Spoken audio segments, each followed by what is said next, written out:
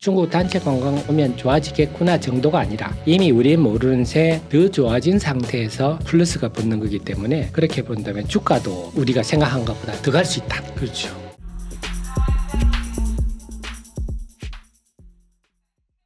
안녕하십니까. 예민수의 경제토크. 오늘은 하태민 주식TV 하태민 대표님이 오셨는데요. 또 우리 쌤이죠. 주식쌤이 뭘 오늘 알려주실지 기대가 되면서 만나 뵙도록 하겠습니다. 어서 오십시오. 네, 안녕하십니까. 오랜만에 뵙습니다. 네, 뭐 초전도체에서 뭐 난리 부려서 한번 지나가고 그죠? 네, 시장이 좀 그래도 정상화된 맞습니다. 예, 쏠림 현상이 뭐 초전도체뿐만 아니라 2차 전지도 쏠림이 과했잖아요. 그때도 맞습니다. 우리가 얘기할 때 그죠? 네, 야, 시장에 참 워닝을 줘야 되는데 쉽지 않고 그랬는데 시간이 지나면 맞습니다. 지나고 이제 정상화가 되면서 테마다운 테마 이런 게 좀 순환매가 나타나는데요. 예, 오늘은 중국인 단체 관광객 고용 관련된 얘기를 해주신다고 하는데 네. 뭐 좀 될 것 같습니까? 그래서 안 그래도 지금 박사님 정확한 걸 말씀을 해주셨는데 지난 7월부터 8월 동안 주식 투자에서 참 힘든 상태였습니다. 특히 그 머리로 투자하는 사람들은 아주 힘들다 이런 말 그러게요. 나왔었는데요. 좀 표현이 좀 그렇습니다만 좀 상식적인 분들은 힘들고 그냥 불나방처럼 초전도체 회사가 뭐 관계가 없다 하고 됐고, 예, 최대 주주가 관계 없다는데. 팔아도 그냥 불나방처럼 됐고, 예. 내가 오늘 하루 상값 먹으면 되지만 이런 분위기였는데 이제 시장이 지금 녹화하는 오늘도 네. 좀 종목 분위기가 본격적으로 합리적인 종목 분위기가 맞습니다. 형성되는데 중국 단체 관광 이 테마는 다들 잘 아시는 것 같으면서도 잘 모르는 내용들입니다. 그래서 지금 우리 관광 상황이 어떤지 전반적으로 한번 살펴보면 네. 또 우리 박사님 말씀 나눠보면 다들 감을 잡으실 건데 아시겠지만 8월 10일 날 중국의 문화여주부에서 한국, 일본, 미국 등등 70여 개국에 대해서 단체 관광을 허용한다. 자, 네. 이것도 웃기는 얘기입니다. 예. 우리나라가 1988년부터 맞아요. 여행 자유가 해외 됐으니까 여행 자유화. 그전에도 우리 해외 나가는 거 참 힘들었는데 우리도 그랬어요. 해외 그래서- 나가는 사람 대단하고 유학 가는 애들은 뭐 그때 맞습니다. 대단한 애들이었죠. 맞습니다. 그래서 단체 관광하는 나라가 비자를 안 내줘가지고 못하다가 이제 비자를 내주는데 그게 2017년 3월 아시겠지만 사드 보복으로 네. 이제 단체 관광 비자가 안 나왔는데 이것도 참 이것도 여담입니다만 참 중국이 이게 지금 왕따당하는 원인인데 경제를 무기화해 버리니까 그래서 뭐 지난번에 노르웨이 같으면 노벨 평화상 후보로 그 홍콩 민주화 운동하던 분을 후보로 내세우니까 노르웨이 연어 수입 금지 맞아요. 맞습니다. 호주에서 또 홍콩 얘기, 대만 얘기하니까 철광석 수입 금지, 호주 와인 수입 금지 이런 식으로 어떻게 하면 뭐 약간 애들 같은 우리가 싸우면서 야 너 기분 나빠 우리 집 오지 마. 맞습니다. 내 반찬 먹지 마. 뭐 이런 그죠? 맞습니다. 그래서 보면 좀 표현을 적합합니다만 국격이죠 국격. 성격 예. 들어온 동네 양아치처럼 예. 쟤는 뭐 말만 투만 뒤틀리면 그냥 멱살잡이 하는 것처럼 되니까 그러니까, 네. 사실 이래서 지금 공급망에서 배제되는 그런 원인을 이야기를 하고 있다 볼 수 있거든요. 네. 쟤한테 못 먹겠다가 나중에 수틀리면 뭐 어떻게 할지 모르니까 그런 상황인데 그리고 이런 것도 보면 결국 자기들이 돌아올 부메랑을 맞는 건데 어쨌거나 사드 보복하는 바람에 우리가 7년 동안 단체 관광이 안 되다가 네. 허용이 됐는데 사실은 그동안에 2016년에 한 800만 명 정도 왔어요. 중국 관광객이. 연간. 네, 연간. 네.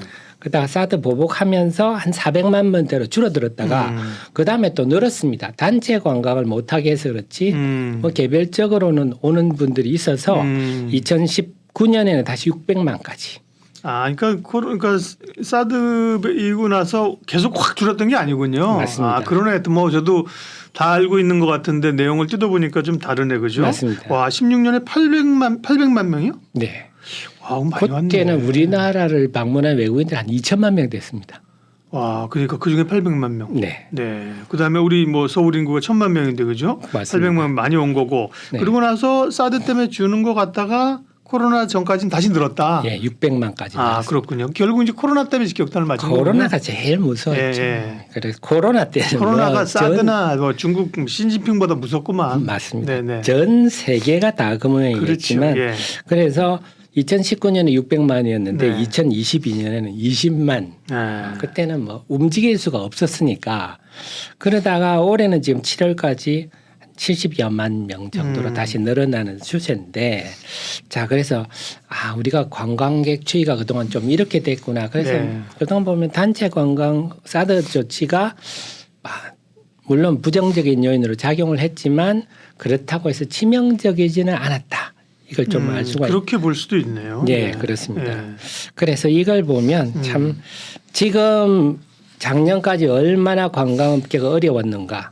한때 막 800만 명씩 오던 중국인이 여행사 뭐 20만 명. 여행사 얼마나 힘들게 해서 문 닫은 데 많죠. 맞습니다. 여행업 종사하시는 분들 정말 힘든 시간이었죠. 하나 투어 모두 투어 다 엉망이 다 돼버리는. 하나 모두가 그런데 조그만 중소여행회사는 말해 보이죠. 맞습니다. 그래서 어쨌거나 이 정도까지 한때 800만 명까지 왔던 사람이 20만 명까지 올 정도로 코로나가 그 정도 충격을 줬다. 근데 올해부터는 돌아서고 있는데 그 상황을 또 자세히 한번 살펴보도록 하겠습니다. 좋죠. 예. 올해 상황 이제 지금까지 상황들을 좀 보면 좋겠습니다. 예. 올해 그러면 데이터가 언제까지 나와 있죠? 네, 7월까지 데이터를 보니까 우리나라를 방문한 제일 많은 거 역시 일본. 일본이 항상 좀 1등인데 일본이 올 7월까지는 일본이 1등인데 8월에는 중국이 1등으로 바뀌었습니다. 근데 보면 8월에는 아직 단체 관광이 본격화 안 됐는데 안 됐는데도 불구하고 1등이네요. 그래서 그 7월까지 보면 일본이 1등, 중국이 2등. 미국이 3등입니다. 62만 되는데 여기서 우리가 좀 놓치지 말아야 될 부분이 미국 유럽 쪽은요. 코로나 전보다 더 많이 오고 있습니다.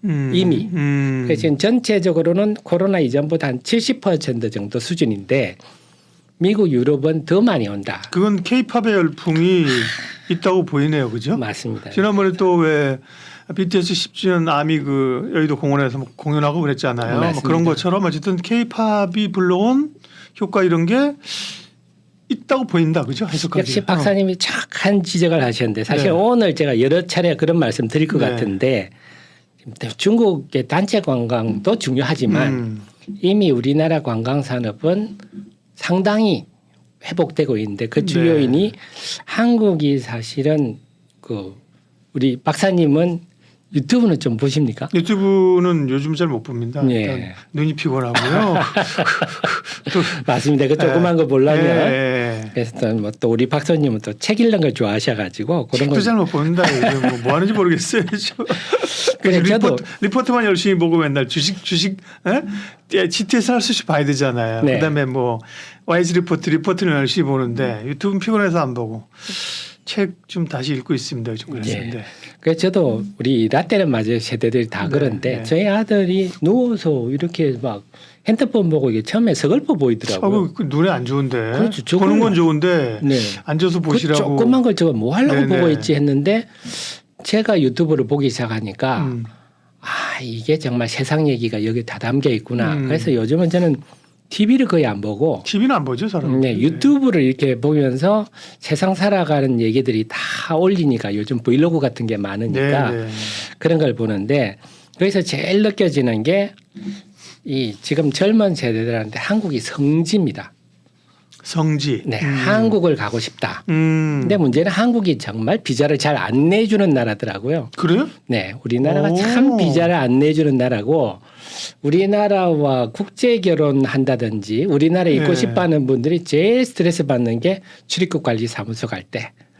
우리나라가 아주 비자가 까다로운 나라라서 지금 오고 싶어도 못 이해가 안 되는데 물론 이제 살로 오거나 살로 와서 한국 국적 취득하는 거 이런 거는 어렵고요. 한국 국적 취득하려고 지금 국적이나 뭐 한국어 어학 능력 시험 보는 거 동남아 이런 데서 엄청 인기잖아요. 그다음에 난민 우리가 안 받아들이고 유명합니다. 난민 협약에 가입은 했는데 난민 진짜 안 받아들이거든요. 근데 여행 비자는 뭐 우리는 그것도 맞죠. 돈을 예치를 한다든지 물론 그 나라 사정도 있겠지만 쉽지는 않습니다. 깜놀인데요. 우리나라 여권 파워가 세계 2위잖아요. 그렇습니다. 그러니까 우리는 사실은 어디든지 갈 수 있거든요. 맞습니다. 뭐 북한이나 이런 데 빼고는 그죠? 뭐 정말 몇 개 국가 그다음에 전쟁으로 이런 거 빼고는 사실은 거의 무비자로 가거든요. 맞습니다. 중국은 비자 필요하고 그죠? 맞습니다. 그래서 우리는 뭐 당연히 다 오가는 줄 알았는데 우리나라에 들어오는 게 사람들이 이렇게 어렵습니다. 맞습니다. 마음대로 못 온다. 맞습니다. 오, 그래서 깜놀인데? 젊은 친구들이 제일 하고 싶은 게 네. 대학생으로 그냥 우리나라 유학 오는 게 그나마 쉬워서 네. 그걸 하려면 또 몇 달 동안 아르바이트를 해가지고 돈을 모아서 돈이 그렇게 되니까. 그래서 말씀한 K-팝이라든지 K-드라마 때문에 네. 우리나라가 성지 그래서 한국 남자는 다 멋진 줄 알고 그래서 지금 유튜브들 보면 뭐 동유럽 이런 쪽에 가도 한국에서 왔다 그러면 난리가 나더라고요. 심지어는 튀르키예 같은 데는 한국인이란 이유만으로 초등학생들 사인해 달라고 사진 찍어 달라 어이, 그러고 한번 가시죠. 태극기 저 뒤에 꽃든지 여기다 이렇게 태극기 하나 달라고. 맞습니다. 사실 한 20년 전에 제가 베트남 갔을 때 제가 베트남 분들이 굉장히 우호적인 걸 보고 이 사람들 왜 이러지 그랬는데 지금은 그렇게 전 세계적 분위기인데 이게 K-팝, K-드라마들이 퍼지다 보니까 베트남에 또 우리 박항서 감독 효과가 있잖아요. 맞습니다. 네. 그래서 전 세계가 한국을 한번 꼭 가보고 싶은 나라가 돼서 오늘 그런 얘기를 좀 많이 드릴 것 같은데 네. 그래서 미국이나 유럽은 아무래도 우리나라에 좀 오기 쉬우니까 네, 네. 2019년 코로나 이전 상황보다 더 돌아갔고 그래서 이제는 중국이 이제는 이제 본격화되는 시기다. 1월부터 7월까지는 우리나라에 제일 많이 오는 관광객은 일본이었는데 네, 일본이었습니다. 7월 자료도 주세요. 7월 자료는 네, 중국, 중국이 1위가 중국, 일본, 미국 순으로 맞습니다. 그렇죠? 네. 중국이 탁 치고 올라갔네. 이거는 시사하는 바가 크네요, 그렇죠? 네, 앞으로 이 추세가 하반기나 내년까지 갈 수 있다라는 거를 좀 얘기해 주는 거 아닐까요? 정확하신데요. 네. 그래서 중국이 1위로 올라선 게 2020년 1월 네. 코로나 초기 전에는 중국이 1등이었거든요. 그래서 코로나 때문에 못 왔는데 다시 중국이 1위 됐는데 중요한 건 앞서 말씀드렸듯이 이미 미국이나 유럽이나 다른 쪽은 코로나 이전 상황까지 쭉 능가하는 상황이 네. 돼버렸는데 중국이 이제 그냥 또 1위로 돌아섰는데 단체 관광까지 개시가 된다면 더 시너지가 더 날 수밖에 없는 구조다. 그래서 말씀하신 대로 이 추세가 일시적인 현상이 아니요 지속적인 상황이고 또 아주 근본이 탄탄하다. 그래서 만약에 앞으로 중국이 또 수가 뒤틀려 가지고 또 뭐 비자 안 내줘 뭐 이렇게 하더라도 그렇다고 해서 우리 관광 산업이 코로나 같은 일이 다시 생기지 않는다 한다면 이 추세는 상당히 탄탄하게 유지된다. 이게 사실 오늘 주제 포인트입니다. 그래서 근본이 탄탄한 상황에서 그 위에 지금 단체 관광까지 허용됐기 때문에 더 플러스 효과가 지금 나타나고 있다. 이게 오늘 사실 또 한 가지가 있습니다. 또 한 가지. 근데 중국인 단체 관광객이 허용됐지만 중국 관련주들이 그날 허용하는 날 뭐 강하게 올랐잖아요. 그죠? 그다음에 네. 연속성이 없었거든요. 네. 그러면서 분석이 예전만큼 그렇게 온다는 보장이 있냐, 시간이 걸린다. 그다음에 와서 중국인들이 지금 소비 여력이 없고 저축을 네. 많이 하기 때문에 돈 많이 안 쓸지도 모른다. 네. 이러면서 좀 그래 부진했었다가 일본이 후쿠시마 오염수를 방류하면서 노재팬이 중국에 불면서 그 수혜를 지금 우리가 또 받고 있어요. 맞습니다. 네. 역시 박사님 예리하신데, 근데 또 그 기조에 우리가 네. 지금 잊고 있는 게 제가 오늘 네. 우리가 관광에 대해서 잘 아는 것 같지만 잘 모른다 말씀드린 예. 게 제가 근본이 탄탄하다 말씀드렸죠. 중국이 지금 뭐 경제가 거의 망가지다시피 하니까 당연히 구매력이 떨어져 있는 상태인데 이미 올해 내용에 있어서 보시겠지만 우리 면세점을 방문하는 관광객 수가 급감을 했는데도 면세점 매출은 그렇게 별로 안 줄었습니다. 그 줄은 만큼. 그 말은 결국 개별 관광 여행들이 오고 하면서 다른 나라의 구매력이 높아져서 탄산이 받치고 있기 때문에 만약에 중국이 뭐 꼭 중국만이 결국 절대적이 아니다 하는 건데 후쿠시마도 말씀하셨지만 또 우리 얘기를 하면요. 유튜브 얘기를 하면 제가 본 유튜브 영상 중에 중국의 웨이브라든지 글 올리는 사이트에서 네. 한국에 대해서 글을 좀 많이 올리는 사이트가 있는데 중국이 어느 정도 통제냐 하면 전 세계에서 언론 자유도가 북한 다음으로 꼴찌가 중국이거든요. 네. 그래서 그쪽에서 만약에 한국 사람 피부가 좋다. 한국이 뭐 대단하다. 이런 글만 나오면 다 삭제입니다. 그래서 심지어는 그 사이트에 있는 글이 한 10만 개가 삭제되는 바람에 거기에 나오는 중국 글을 우리나라로 번역해서 하는 유튜버가 있었는데 갑자기 황당해져 버린 거죠. 그 정도로 중국은 통제가 엄청나다.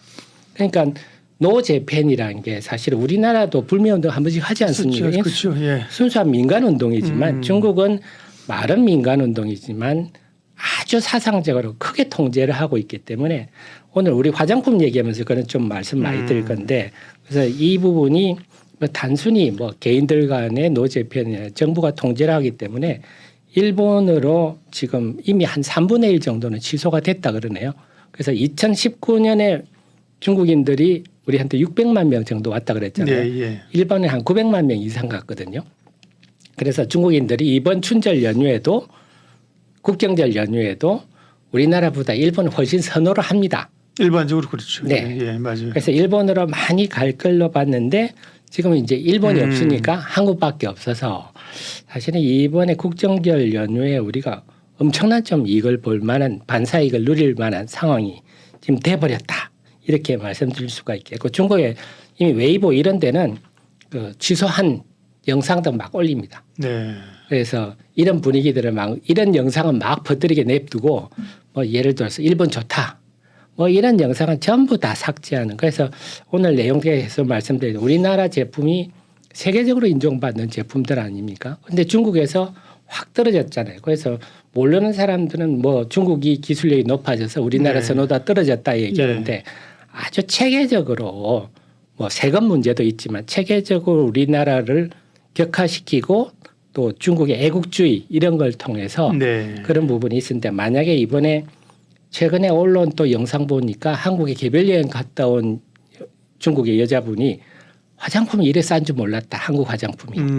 중국에는 세금이 세지 않습니까? 예. 그래서 따이공 같은 게 기업적으로 하고 이러는데 아니 화장품이 이렇게 싼 줄 몰랐다. 그런데 우리 중국 화장품은 품질로 별로 좋지도 않은데 왜 이리 비싸냐.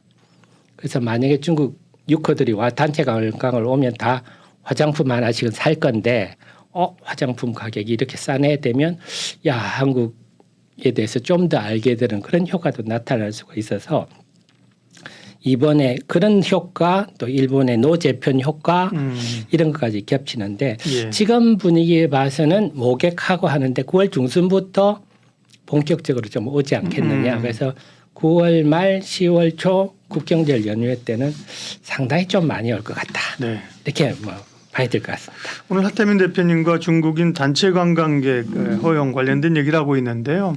일각에서는 예전 같지 않다, 확인해야 된다, 뭐 이런 좀 그런 문제를 제기하고 있습니다만 상당히 기조적으로 그런 추세가 회복될 걸로 하태민 대표님이 얘기를 하셨고요. 전반적인 중국인 관광객들의 그 흐름들이 좋다, 그죠? 네. 상당히 올라올 수 있다고 생각을 말씀을 하셨는데 그러면 우리의 숙명은 또 투자자들의 숙명은 그래서요. 뭐가 수혜가 뭐 순서대로 어디가 수혜가 가냐고요. 그잖아요. 맞습니다. 그런 게 뭘 어디를 먼저 보세요? 그래서 뭐 다들 아시겠지만 면세점은 당연히 오면 면세점부터 올 거니까 네. 면세점이 수혜제 아니냐 하실 건데 네. 자 그래서 오늘 제가 말씀드리는 게 기본이 탄탄하다. 우리 지금 관광 산업이 기본이 탄탄하다. 면세점에서 나타나는데요.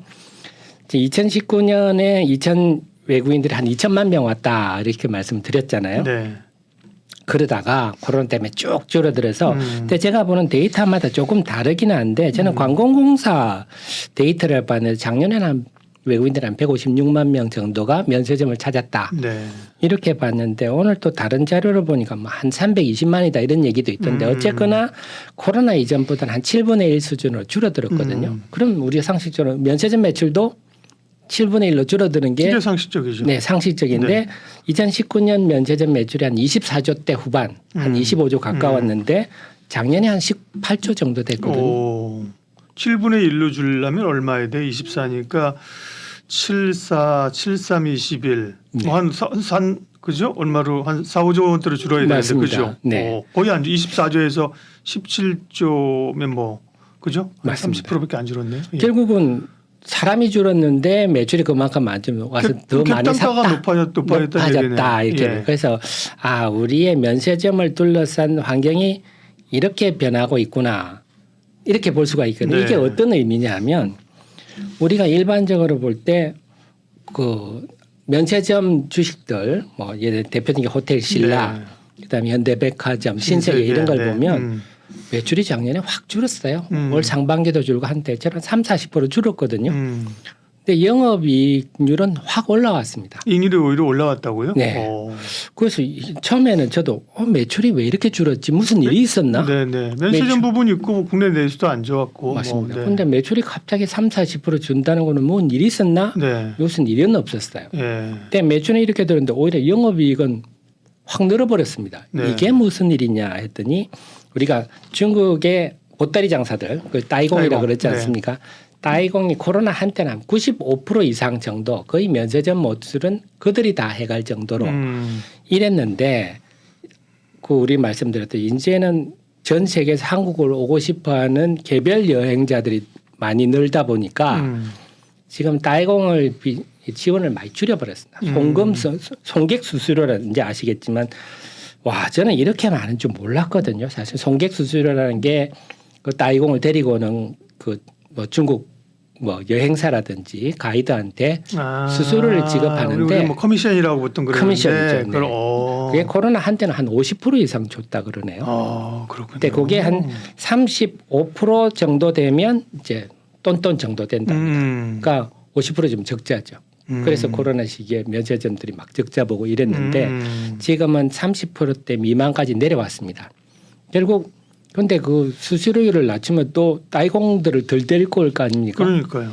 이제 지금은 우리가 예전에는 한 2020년까지는 우리나라가 면세 산업 1위였거든요. 세계 1위였는데 지금 중국 하이난이 1등입니다. 그러니까 뭐 그쪽으로 보내면 되지 뭐. 그래서 중국 정부도 국내 면세를 많이 쓰라는 쪽으로 지금 하고 있거든요. 면세 한도도 또 되게 중국은 또 늘렸잖아요. 예. 그죠? 그러니까 우리나라가 그러니까 지금 우리 면세점도 롯데 작년 같은 경우는 롯데 면세점이 세계 3위로 떨어졌고 네. 신라 면세점은 5위로 떨어졌거든요. 이런 상황으로 급보기를 보면 매출도 줄고 세계 면세점 순위도 떨어지고 뭐가 굉장히 안 좋아지는갑다 했는데 이렇게 영업이익은 왜 이렇게 많이 나지? 결국은 말씀드렸듯이 우리나라를 지금 찾는 관광객들이 질이 좋다가 보니까 이제 면세점 내에서도 야 우리가 좀 이익 정상화를 해야 되겠다. 너무 중국 따이공만 집중 안 해도 되겠다. 근데 만약에 다른 관광객이 없다면 뭐 중국 따이공한테 매달려야 되지 않겠습니까? 근데 그걸 안 하더라도 괜찮다 하고 되니까 수수료를 낮추니까 관련 매출은 많이 줄어드는데 오히려 수익성이 좋아지는 네. 이런 구조가 되고 있다 하는 걸 좀 보셔야 되겠습니다. 그래서 그래서 지금 면세점 우리가 보실 때는 그 보기에는 굉장히 뭐가 나빠지는 것 같은데 사실은 좋아지는 이 이면을 꼭 보시라는 게 제가 드린 말씀이 중국 관광객이 절대적이지 않다 하는 겁니다. 그래서 이미 기본적으로 전 세계에서 많은 외국인들이 들어오고 있고 거기에서 수익성이 탄탄히 받쳐주기 때문에 여기서 중국 단체 관광까지 가시하면 더 좋겠죠. 금상첨화가 되는 거고. 근데 그게 그래서 지금 주시아 제가 놓치고 있다는 게 뭐냐면 그동안 면세점은 뭐 우리가 다 안다고 생각하고 있거든요. 뭐 다 우리가 안다고 생각하지만 예. 사실은 이런 변화를 모르다 보니까 중국 뭐 단체 관광객 와봐야 뭐 일시적인 거 아니겠어? 뭐 해봐야 얼마나 영향이 되겠어 하는데 이 면세점을 둘러싼 관광을 둘러싼 기본 구조를 생각한다면 여기에서 우리가 좀 보물을 충분히 찾을 수 있는 뭐 이런 말씀을 좀 드릴 수 있을 것 같습니다. 네. 그러니까 기본적으로는 중국인 단체 관광객 허용뿐만 아니라 네. 코로나도 이제 풀리고 사실 리오프닝이죠, 그죠? 네. 리오프닝 전 세계인들이 들어오게 되면 면세점의 호황은 사실 있을 수밖에 없다, 기본적으로, 네. 그죠? 네. 그다음에 이제 그동안 이제 매출 늘리기 위한 구조에서 돈이 되는 쪽으로 구조가 변했다는 것도 네. 국내 그리고 제일 뭐 그래도 어쨌든 두드러진 건 호텔 신라가 제일 두드러지고 그죠? 맞습니다. 신세계 현대백화점도 여기 여의도에 더현대 뭐 그것도 사람 중요한 버글거립니다. 맞습니다. 네. 그래서 이게 더 현대가 네. 굉장히 신뢰를 백화점스럽지 않게 나름 예, 잘 해놨지 예. 않습니까? 그러니까 또 관광 코스입니다. 네. 그래서 1억 명 이상이 방문을 했다는데 그래서 또 유튜브 얘기를 드리지만 네. 외국인들이 한국 와서 젊은 친구들이 제일 먼저 하는 게 그 편의점 가가지고 편의점 입구에 가면 얼음컵이 있거든요. 네. 그 그렇죠. 얼음컵을 1,000원, 1,500원 주고 사서 예. 음료를 이렇게 넣어서 이게 인증샷 찍는 게 어. 첫째 해보는 일입니다. 네, 그거 1,000원, 1,500원 안 해. 김PD 한 500원 하지 않아요? 뭐 얼음컵만? 얼음도 크기에 따라 다른데요. 아, 네. 1,500원짜리도 있고. 아니, 총리가 택시비 얼마냐고 물어봤는데 1,000원이라고 욕 먹고 있잖아요. 근데 안 드셔보신 거. 저도 잘 안 먹는데. 500원은 아닐 겁니다. 얼음컵만 해서는 얼음컵만 1,000원, 1,500원. 어휴. 음료가 한 2, 3,000원. 아, 네, anyway, 이거는 네. 그런 그럼 우리 생각 저거 뭐라고 저게 인증샷이냐 하는데 그게 유행이고 또 한강 그 둔치에 가서 라면 끓여 먹는. 끌라. 네. 끓여 먹는 라면 끌라 하지 않습니까? 끌라. 그래서 그런 것들이 이제 문화로 자리 잡아가지고 오면 그걸 해봐야 돼. 제가 드린 말씀이죠. 알겠습니다. 그래서 더 현대도 가봐야 되고 그러니까 제가 이제 그중에 이제 면세점 중에 괜찮은 걸 말씀을 드려야 되는데 네. 지금 시중에 좀 소위 말하는 좀 펀드 매니저나 네. 좀 소위 말하는 선수들은 뭐 호텔 신라 정도만 보면 된다 하는 건데 저도 공감입니다. 네. 호텔 신라가 아무래도 사실 호텔 신라는 전체적 면세점과 호텔 비중 중에 매출에서 면세점이 한 80% 그렇죠. 되거든요. 네. 그러니까 사실은 사업 뭐 구조가 심플하죠. 신라 면세점으로 회사 이름 바꿔야 되는데 맞아요. 그 외에 그 다음으로 본다면 지금 저 세계 순위는 네. 롯데가 1등입니다. 롯데가 전 세계 작년에 3위, 그다음에 신라 면세점이 5위, 신세계가 8위. 그다음에 현대백화점이 이제 막 시작. 다만 여기서 보여야 될 게 지난번에 그 입찰 공항 입찰에서는 롯데는 떨어졌습니다. 그래서 신라 호텔 그다음에 신세계 현대백화점 이들이기 때문에 앞으로 공항이 활성화되면 이들의 매출이 더 높아질 상황인데 백화점 등을 뺀다면은 역시 좀 호텔 신라가 면세점 중에서는 좀 휘어하죠 사업 구조가. 그렇죠? 맞습니다. 네. 그래서 호텔 신라 정도만 보시면 네. 될 것 같고 지금 호텔 사업도 보면은 지금 제주 쪽은 잘 안 된답니다. 투숙률이 좀 떨어지는데 신라 스테이 이런 게 잘 돼가지고 이 숙박 쪽도 괜찮고. 개선되고 있어서 그래서 전반적으로 영업이익률이 높아지는. 식음료 잘 되고 호텔신라 팥빙수가 그건 뭐 얼마 18만 원이란가 막 얘기 되잖아요, 그죠? 팥빙수 18만 원씩 받아 먹는데 뭐 잘 될 거고. 어쨌든 호텔신라. 그 다음에 제가 요즘 그 더현대 뭐 방송일 때문에 자주 가면서 얼마 전에 이거 네. 중국인 단체 관광객 허용되기 전에부터. 야, 손님들 많이 오는데 더현대 주가 한번 볼까? 그때 별로 못 갔어요. 네. 그러면서 본 게 옆에마다 뭐 기계에서 다들 텍스 프리 한다고 막 텍스 펀드 리펀드 다 젊은이들이 받는 거예요. 그게 네. 글로벌 텍스 프리잖아요. 그래서 맞습니다. 이거 되겠는데 근데 그 확실히 리오프닝 이거 중국인 단체 관광객 허용되니까 글로벌 텍스 프리가 쫙 가던데요. 맞습니다. 그걸 역시 관심 있는 사람들 눈에는 보이고 네. 하는 건데 글로벌 텍스 리펀드 하는 그런 거죠. 회사거든요. 예. 그러니까 우리가 면세점 우리가 세금이랑 제품에 대한 붙는 세금 부가가치세니까 우리는 부가가치세를 내지만 외국인들은 낼 이유가 없지 않습니까? 그렇죠. 그런데 면세점은 뭐 부가가치세 없으니까 되는데 뭐 현대백화점 더 현대 와서 사면 부가가치일 때는 일단 내는 가격으로 산 다음에 가가지고 공항 가서 이래가지고 아니면 시내 이런 데 가가지고 리펀드를 받는데 그래서 글로벌 텍스 프리는 그 리펀드를 해주면서 수수료를 띄는 거니까. 맞아요. 근데 여기서도 지금 관광 산업의 변화가 나옵니다. 네. 뭐냐면 코로나 전에 2019년 2분기 보면 글로벌 텍스 프리 텍스 리펀드 매출이 153억이거든요. 근데 지금 올 2분기가 166억입니다. 2분기까지만. 2분기만 두고 본다면. 네. 이 1900 한창 때 2분기만 코로나 비교했을 때. 직전에 네, 2분기 매출이 153억인데 네. 이번 2분기가 166억입니다. 벌써 넘어섰네. 중국 단체 관광객가 지금 안 왔는데. 그래서 제가 자꾸 드리는 말씀이 이미 우리 관광 산업이 한국으로 오고자 하는 전 세계 많은 사람들 때문에 탄탄해지고 있다 하는 거고 네. 영업이익률은 그때보다 더 높습니다. 그래서 아주 짭짤해지고 있다. 뭐 영업이익률이 높은 거는 뭐 회사 구조조정도 해서는 하겠지만 이미 코로나 이전의 상황을 넘어선 상황인데 여기서 중국 단체 관광까지 온다면 또 덤이죠. 예. 그래서 제가 드리는 말씀은 우리가 그냥 중국 단체 관광 오면 좋아지겠구나 정도가 아니라 이미 우리 모르는 새 더 좋아진 상태에서 플러스가 붙는 거기 때문에 그렇게 본다면 주가도 우리가 생각한 것보다 더 갈 수 있다. 그렇죠. 네, 그 점을 꼭 아셔야 될 것 같습니다. 역시 예리하십니다. 그래서 이게 항상 투자라도 그렇고 삶도 그렇고 항상 더 이 난이도가 올라가요. 그렇죠? 관광객 온다. 아이 뭐 호텔 면세점부터 해가지고 면세 카지노 화장품 때려 사 옛날에 그러면 됐는데 네. 이번에는 최근 다시 그런 양상이 나타나면 똑같이 안 간다니까요. 맞습니다. 그래서 지금은 이제 그 중국인 관광객 그다음에 여행 수요에 따라서 이익을 보는 업종 분야 기업을 얘기해 주셨는데 이번에 이제 개별 상품에 따라서 덕을 보는 회사를 이게 더 중요해요 최근에는. 그러니까 맞습니다. 지금 다 얘기하는 게 관광객 얼마나 올지 돈 네. 얼마나 쓸지 모른다. 사실 사람들 시각은 모른다. 숫자 확인해야 된다. 그래서 뭐 하느냐 다들 이제 기업 탐방을 어디로 가느냐 명동으로 간다. 명동에 가서 중국인 관광객들이 뭐 사나 맞습니다. 예? 올리브영 이런 데 들어가갖고 뭐 하나 맞습니다. 줄 서가지고 그죠 봐야 된다는 거예요. 그래서 밥솥이냐 화장품이냐 뭐 뭘 사느냐 옛날에 마스크팩이랬는데 요즘 마스크팩 잘 안 팔리잖아요. 네. 그거는 좀 알려주십시오. 그러니까 저도 명동 나가봐야 되겠다. 네. 박사님 말씀 들으니까 네. 뒤늦게 깨닫네요. 네.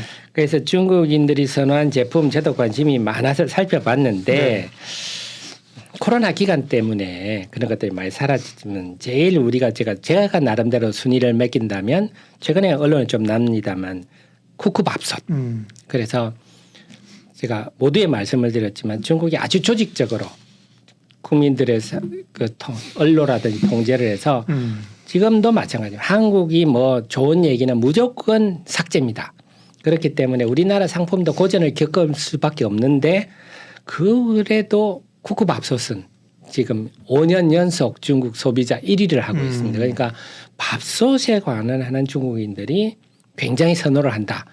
우리 옛날 일본 가서 코끼리 밥통 사왔잖아요. 그죠? 그렇습니다. 우리 제 초등학교 때 그게 막 문제가 됐지 않습니까? 그러니까. 가가지고 코끼리 밥솥 많이 산다고. 근데 지금은 뭐 사실은 관광 일부 중국 사람들이 와서 밥솥 얼마나 사겠어 그러는데 그렇지 않군요. 그러니까요. 지금. 아까 말했죠. 지금 우리 코로나 전에 600만 명인데 네. 지금 600만 명이 온다 한 사람이 뭐 두 사람이 한 개씩만 사도 한 300만 개는 사갈 수 있으니까. 예. 엄청난 그리고 숫자죠. 이제 그 밥솥이 중요한 게 아니라 그런 게 만약에 K 드라마나 뭐 이런 데 한번 나오게 되면 그죠? 벌진하게 팔 텐데 그죠? 맞습니다. 어쨌든 그건 쿠쿠 홀딩스입니까? 네, 그래서 네. 쿠쿠전자가 만드는데 네. 100% 자회사인 쿠쿠홀딩스를 보시면 되고 네. 그 다음에 화장품 역시 오면은 네. 많이 사는 화장품인데 화장품도 여러분 뭐 LG 뭐 태평 아모레 퍼시픽 아니냐 하지만 사실 그것도 자세히는 대부분이 잘 모릅니다. 그냥 안다고 생각하고 있는데 자세히 모르시고 그다음 잘 모르시는 종목 중에는 이제 제로투세븐의 궁중비책이란 애기들 제로투 세븐은 유아용품인데 만드는데 맞습니다. 아니에요? 예. 애기들 화장품 선크림이라든지 스킨 뭐 이런 것들인데 자 그쪽이 지금 중국에서 좀 이따 자세히 말씀드리겠습니다. 네. 인기가 있고 그다음에 또 정관장 인삼을 그렇게 좋아한다네요. 그래서 담배도 또 한국 담배를 좀 좋아한답니다. 네. 그래서 KTNG는 좀 우리가 멀지만 그 외에는 상장사는 뚜렷하지 않은데 또 그렇게 김을 좋아한다네요. 김 좋아한다네요. 그래서 사실은 이것도 모르시는데 김은 바다의 반도체입니다. 예. 김이 작년에 우리나라 수출액이 한 6억 8천만 불, 한 8천억 정도 수출이 됩니다. 네. 라면보다 조금 적습니다. 네. 그래서 보통 사람들이 볼 때는 라면은 엄청 많이 수출이 되고 그렇게 생각하시지만 김이 바다의 반도체라서 그래서 작금에 벌어지는 일들이 제가 참 안타까운데 좀 생각을 조금만 바꾸면 우리나라는 바다가 청정한 바다다. 전 세계에서 김을 이렇게 양식을 해서 식용으로 수출하는 데가 한국하고 일본밖에 없거든요. 그래서 우리나라는 청정 바다다. 그래서 한국의 김 뭐 이런 걸 사세요. 이렇게 좀 긍정적으로 나가면 주식시장도 좋고 국민도 신이 날 건데 그걸 너무 부정적으로만 몰고 가버리니까 참 안타까운데 어쨌거나 중국인들이 김도 굉장히 좋아한다. 그런데 그러게요. 저도 한번 명동 나갔다가 네. 한번 좀 속보도 한번 다음 시간에 알려드려야 되겠습니다. 그렇군요. 그럼 하나씩 좀 볼게요. 안 그래도 이거 김 관련주 찾아야 되는 거 아니야? 이렇게 그랬는데 여기는 뭐 김 관련주 뭐 대상도 나오고 뭐 방송에서 제가 물어봤는데 얘기 뭐 했었는데 근데 사실은 김 관련주는 딱 이렇게 부각은 안 됐는데 맞습니다. 그죠? 딱히 김이란 건 없는데 몰라요. 또 하게 하면 우리 공부해 놓으면 네. 그러면 화장품 얘기 좀 더 하면요. 시간이 있으니까. 네. 화장품은 근데 다만 중국 시장이 열리면서 중국인들이 13억 인구가 화장품을 쓰기 시작한다 뭐 이런 얘기하면서 아모레퍼시픽 대단한 신화를 쓰지 않았습니까? 네. 석영배 신드롬 그죠? 그러면서 아모레퍼시픽, 아모레 뭐 설화수, 그다음에 이제 LG 생활건강의 후 이런 게 엄청 고급 브랜드로 컸는데, 근데 지금은 이제 그쪽은 사실은 그죠? 조금 막힌 것 같고 지금 화장품주는 딱 이제 약간 그 인디 브랜드들 조그만 회사들이 올라간단 말이에요. 네. 그래서 화장품을 볼 때 뭘 봐야 될까요? 그래서 화장품 보고 네. 그다음에 밥솥 얘기 좀 더 하고 예, 좋습니다. 화장품 공중 빛제까지 보는 걸로 하고 네. 화장품도 그래서 우리가 좀 잘 아는 것 같지만 잘 모르는 게 네. 야 우리 후 설화수 이미 중국에 막 갔다던데 그러니까 네, 알고 이렇게 있잖아요. 생각하는데 계속 말씀드리지만 중국이 철저히 통제를 하기 때문에 그 영향이지 화장품을 중국인들이 이 화장품 브랜드를 싫어하지는 않습니다. 네. 그래서 작년에 매출이 많이 좀 줄었거든요. 그 지금 후 브랜드 사실 후하고 설화수하고는 차이가 좀 많이 납니다. LG의 후는 매출 규모가 큽니다. 그래서 보면 2020년에 2조 6천억 브랜드가 2021년에는 2조 9천억. 근데 작년에 1조 8천억 줄었거든요. 아, 그 단일 브랜드로요? 네. 오, 엄청나죠. 네네. 그래서 LG 생활건강 전체 매출의 한 4분의 1 정도가 후입니다. 그러니까 중국 관광객들이 온다 하면 아모레퍼시픽보다는 LG 생활건강이 훨씬 덕을 볼 가능성이 높다. 이렇게 보셔야 되는데 생각하면 작년에 중국에서 재작년에 2조 9천억 팔렸는데 작년에 1조 8천억 팔려서 막 갔다 이러시는 분이 있는데 그러면 공부를 좀 해야죠. 상해 그러네요. 봉쇄하고 코로나 봉쇄 때문에 그러네요. 지금 화장품 살 경황이 어디 있습니까? 지금 뭐 움직이지도 못하는데 그래서 이 브랜드력이 떨어진 게 아니라 중국의 경제 봉쇄 때문에 그런 일이 있고 후 브랜드의 매력도는 여전하다. 그래서 분기별 매출로 보면 지금 2분기에 후가 한 4,300억 매출됐거든요. 그래서 특별히 떨어지지는 않고 있습니다. 예. 그래서 중국 관광객들이 오면 여전히 후를 선호할 가능성은 매우 높다. 이렇게 보셔야 되고 다만 아모레퍼시픽은 좀 다른데요. 네. 아모레퍼시픽의 설화수는 전체 매출에서 차지하는 비중이 한 4%밖에 안 됩니다. 의외로. 그래서 LG는 4분의 1 정도가 후라고 말씀드렸는데 설화수는 그렇게 비중이 안 되고 또 아모레퍼시픽은 지금 방향을 탈중국 미국에서 의외로 매출이 많이 늘고 있습니다. 그래서 미국, 중남미 뭐 이런. 맞습니다. 네. 그래서 앞으로 한 2, 3년 후에는 중국보다 그쪽에 비중국 쪽에서 매출이 더 클 거다. 그래서 지금 방향은 아모레퍼시픽은 탈중국 쪽으로 가고 있는데 어쨌거나 뭐 설화수도 중국인들이 좋아하는 브랜드인데 제가 드리는 말씀은 이 두 가지 우리가 뭐 후나 설화수나 비슷한 거 아니야? 뭐 이렇게 생각하시는데 사실 그 기업의 매출에 미치는 영향은 판이하게 다르다. 그렇죠. 그게 중요한 거죠. 네, 역시나 우리 하 대표님이 딱 분석을 하면 그죠. 우리는 그냥 감성적으로 맛이 갔다며 안 산다며 그래 자국으로 다 대체한다며 이렇게만 생각하잖아요. 맞습니다. 근데 이제 그 정주영 회장이 얘기한 것처럼 임자가 해봤어? 그치 해보진 않았죠. 들었지. 우린 듣기만 했지. 근데 분석을 해주시니까 다르네요. 네. 그러니까 또 이거 뭐 또 유튜브 유담입니다만 제일 많이 나오는 게 한국 사람들 피부가 왜 저렇게 좋지? 이유가 뭘까? 그게 다들 고민인데 한국 사람들이 피부 관리를 많이 한다 이런 얘기도 있고 뭐 이런저런 얘기를 하는데 저는 생각해도 물이 좋아서 그런 게 아닌가 하는 생각도 합니다만 어쨌거나 지금 한국 사람들이 자 많이 꾸민다. 한국 화장품에 대한 신뢰가 높기 때문에 이번에 중국 단체 관광객이 온다면 야 뭐 이제 후 브랜드 맛도 같고 뭐 별 덕이 없을 거야 이렇게 볼 일은 아니다 하는 거고 아까 밥솥 얘기 드리다 말았는데 이거 저것도 하고 가죠. 제로투세븐 제로 화장품이니까 거기도 먼저 하고 가죠. 제로투세븐인 중국인들이 아까 밥솥은 우리가 좀 살아남았다고 말씀을 드렸는데 작년 광군제 중국에는 광군제라고 11월 11일 날 우리는 뭐 빼빼로데이라고 하지만 거기 여러 온라인 전자상거래들이 뭉쳐서 쇼핑데이를 여는데 그중에 T몰에서 유아용 카테고리 탑 10 중에 4개가 제로투세븐 제품 궁중비책이라고 브랜드가 그런데요.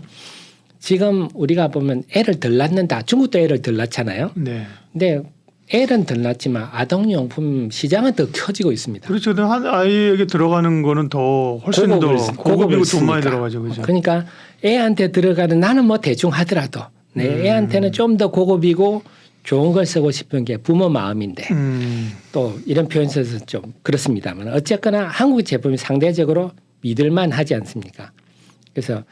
그래서 중국 부모들이 애한테 들어가는 거는 그런 여러 가지 뭐 규제에도 불구하고 궁중비책이 잘 팔리고 있어서 중국도 뭐 소황제잖아요. 아이들에게 맞습니다. 그렇게 투자를 많이 하니까. 그래서 지금 이제 중국 관광객들이 들어오면 그래도 지명도 있는 좀 뭐 설화수나 후나 이런 거 아닌 것은 궁중비책. 그래서 과거에 중국 관광객이 한창 올 때 궁중비책 주가가 제로투세븐 주가가 좀 제법 오르기도 했는데 요즘 보니까 주가는 아직 크게 움직이지는 않고 시가총액은 한 1,000억대 초반에 머무르고 있던데 네.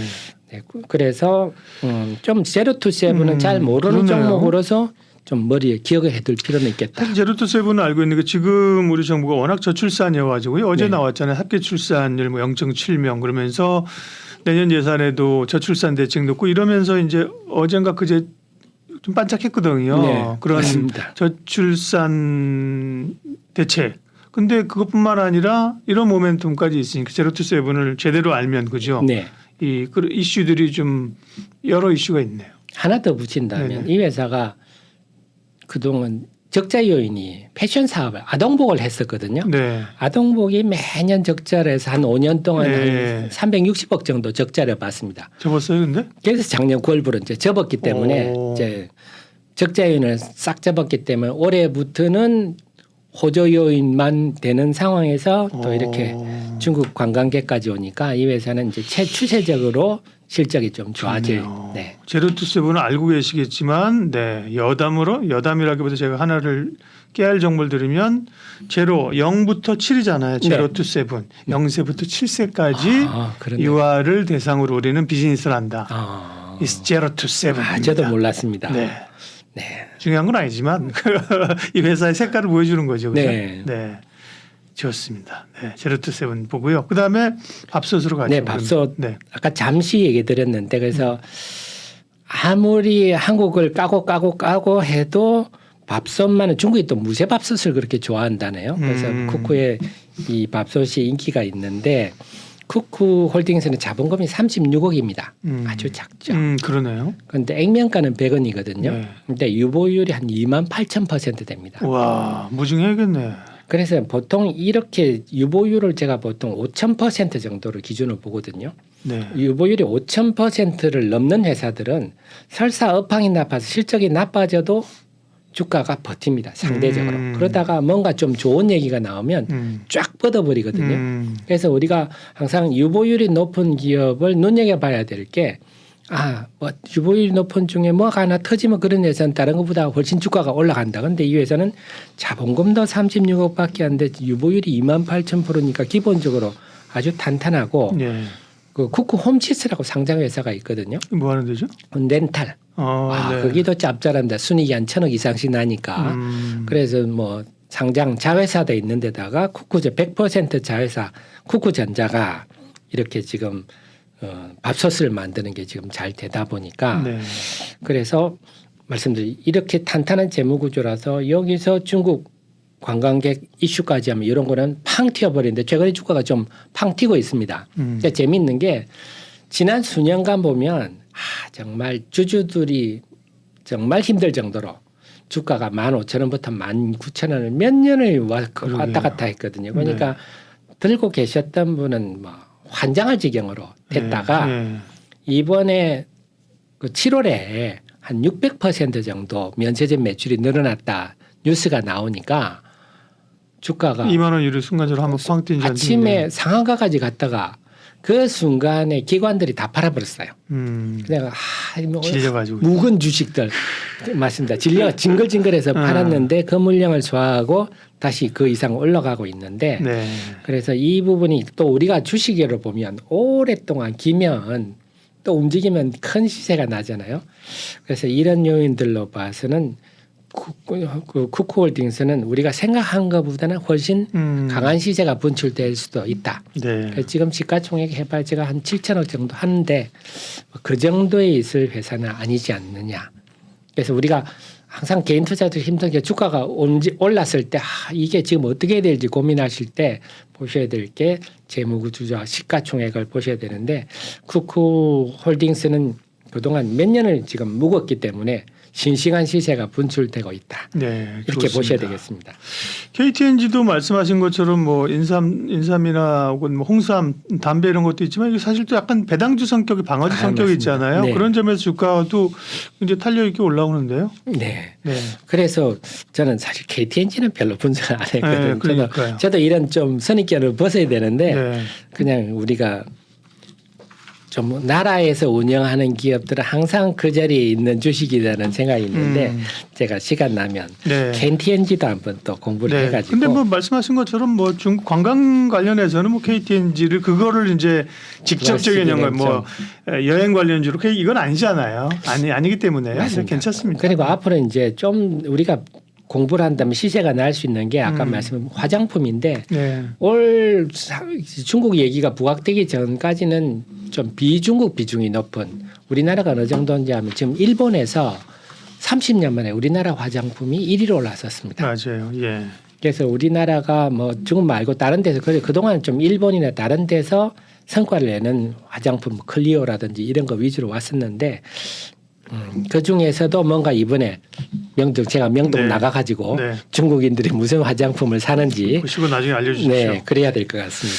예, 오늘 뭐 중국 관련주 가운데서 면세 얘기도 하셨지만 실제로 이제 상품 관련해서 밥솥, 쿠쿠홀딩스, 그다음에 화장품, LG생건, 그다음에 특별히 제로투세븐 이 정도 얘기해 준 것만 해도 엄청나게 도움이 됩니다. 이제 들으신 분들이 스타디를 해야 되는 거죠. 그렇죠? 맞습니다. 네. 하태민 주식TV 하태민 대표님 오늘 귀한 시간 내주셨습니다. 고맙습니다. 네, 감사합니다.